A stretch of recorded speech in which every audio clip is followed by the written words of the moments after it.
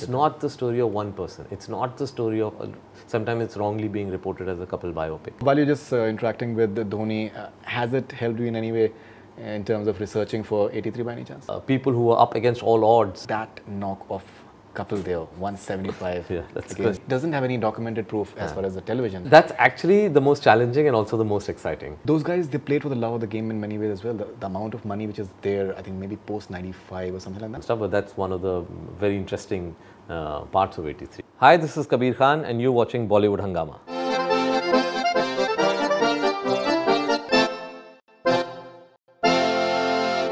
So while you're just interacting with Dhoni, has it helped you in any way in terms of researching for 83 by any chance? In a strange tangential way, yes, you know, because 83 is also the story of people who were up against all odds and went on to win the World Cup. And Dhoni is, of course, again one of the icons of cricket. So there is a certain similarity, I would say, in just the attitude that I think a sports icon has towards life. And I see that. I see that similarity between, when I speak to Kapil Dev, when I speak to Dhoni, there's just a different way they look at things, and I think that's what makes them that successful. So yes, in a strange way, interacting with Dhoni also helps me in 83. Right. All right. So every single character who's coming out right now is making news. Be it Madan Lal, be it Sunil Gavaskar. Are you happy with the excitement? The way people are absolutely.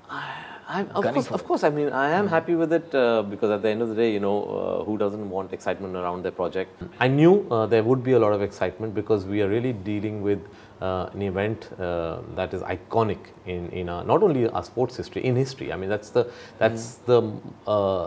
first international achievement for India post-independence. It put us on the map. You speak to the diaspora, especially those in England, they tell you that they just got an identity after that. So for me, 83 is actually more the story of a coming of age of a country than just a cricket team. Definitely, 85 we won in Australia after that, and that was the starting point in many ways.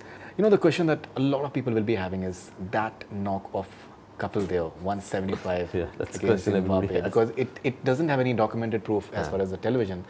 How will you approach that? That's actually the most challenging and also the most exciting. Most exciting because we can take certain creative liberties because there's no documentation. The most challenging because I do want to stay true to exactly the way it happened, because what happened in reality is far more exciting than I guess what we can even imagine. And the way I'm dealing with it is I spend a lot of time in England. The prep of 83 has been going on for more than a year. I've spent many a days in Tunbridge Wells. I invited people who were witnesses to that historic innings. Members of the county club over there, called them, spoke with them, got detailed accounts of what was happening around them, spoke to the players, the ones on the pitch, off the pitch, spoke to the commentators, and just recreated the magic of that day. Then the finals, so that catch by Kapil Dev, just running backwards of Vivian Richards. Actually, these are just some of the moments that we remember, and these are the moments we remember which happened on the field, but it's actually an unbelievable story of human triumph, and the stories of what was happening behind the scenes are even more exciting. And that's what 83, the magic of 83 is actually that, to tell you the stories of what was happening with this bunch of boys who nobody believed in. Everybody had written them off, and what was driving them to actually go on and ultimately win the World Cup. Everything, like a Mohinder Amarnath, I think he was a giant. What he did, like even 3 wickets, but those wickets, I think they mattered. Like Balwinder Sandhu, he took the first wicket from Armstrong in the finals. Yes, in the finals. And Roger Binney. Roger Binney, highest wicket taker of the World Cup. Right, they were Syed Kirmani. Yeah, everybody. They were so giants. What is amazing about that story is that everybody chipped in. It's not the story of one person. It's not the story of, sometimes it's wrongly being reported as a couple biopic. It's the true, it's the story of the team. And I've really never heard a better story of a team. It's really how everybody leaned onto each other and pulled each other up and finally go on to achieve what they did. And you're having Ranveer Singh, who's at the peak of his game. And the amount of effort that he puts in, whatever he does, he may be this is probably his most challenging physical transformation. I mean, just getting Kapil's bowling action is going to be a tough one. and he's really working hard at it. Right, closes the shoulders and Yeah, yeah. it's something very... Okay, and the entire paraphernalia that you have as far as 83 is concerned. So when Ravi Shastri says that the current team is maybe the best ever, and then this entire controversy that maybe the team of 83 or even after that. So those guys, they were playing when there were no helmets. The sort of protection was much less.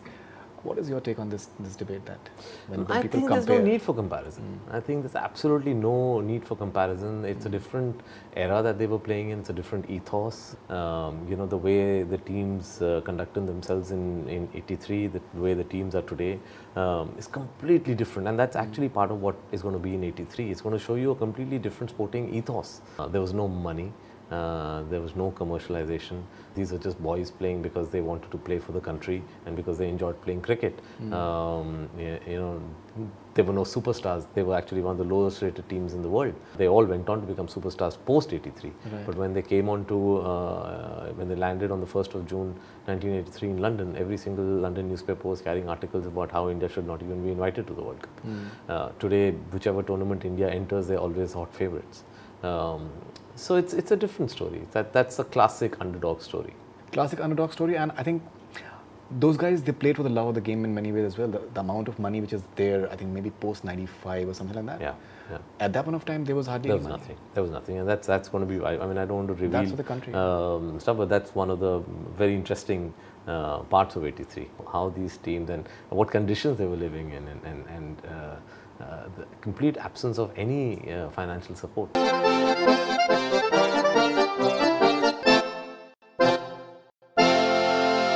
Hi, this is Kabir Khan, and you're watching Bollywood Hungama.